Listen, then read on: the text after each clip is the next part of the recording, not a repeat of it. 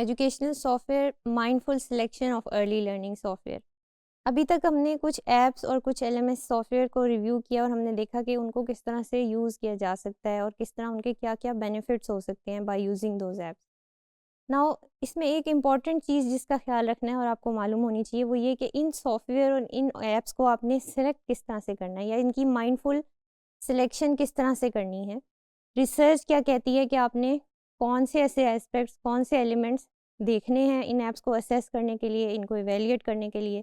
और फिर आप जब इसके बाद इस मॉड्यूल को समझने के बाद आप इजीली देख सकेंगे कि कौन सी ऐप आपकी क्लास के लिए, आपके स्कूल के लिए अप्रोप्रिएट है, आपकी नीड्स को वो मीट कर रही है या नहीं कर रही, it is delivering the objectives that you want और नॉट। फिर early learning software it requires careful consideration, जैसे कि अभी मैंने बताया, और good software for young children should take into account both aspects of the content. A good range of software for young children should ideally include content from many domains of learning. Like कोई भी बच्चों का अगर learning software आप या app आप select कर रहे हैं तो इसमें ये ज़रूर देखें कि उनके कौन कौन से लर्निंग डोमेन्स को टारगेट या फोकस किया जा रहा है, उसके अंदर कौन से कॉन्सेप्ट्स को डेवलप किया जा रहा है। जैसे हमने जब ऐप रिव्यूज़ किए थे तो हमने देखा था कि किस तरह से कौन कौन से कॉन्सेप्ट्स डेवलप किए जा रहे हैं, लैंग्वेज आर्ट्स के, मैथमेटिक्स के, साइंस के, जनरल नॉलेज के, आपके विजुअल आर्ट्स के, या other music and motor development, कौन सी ऐसी स्किल्स को फोकस किया जा रहा है।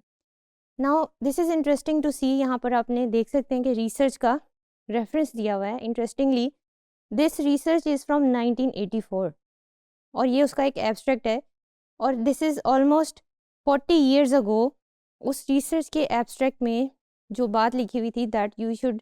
see कि due to the pervasive nature of computers in all areas of our society,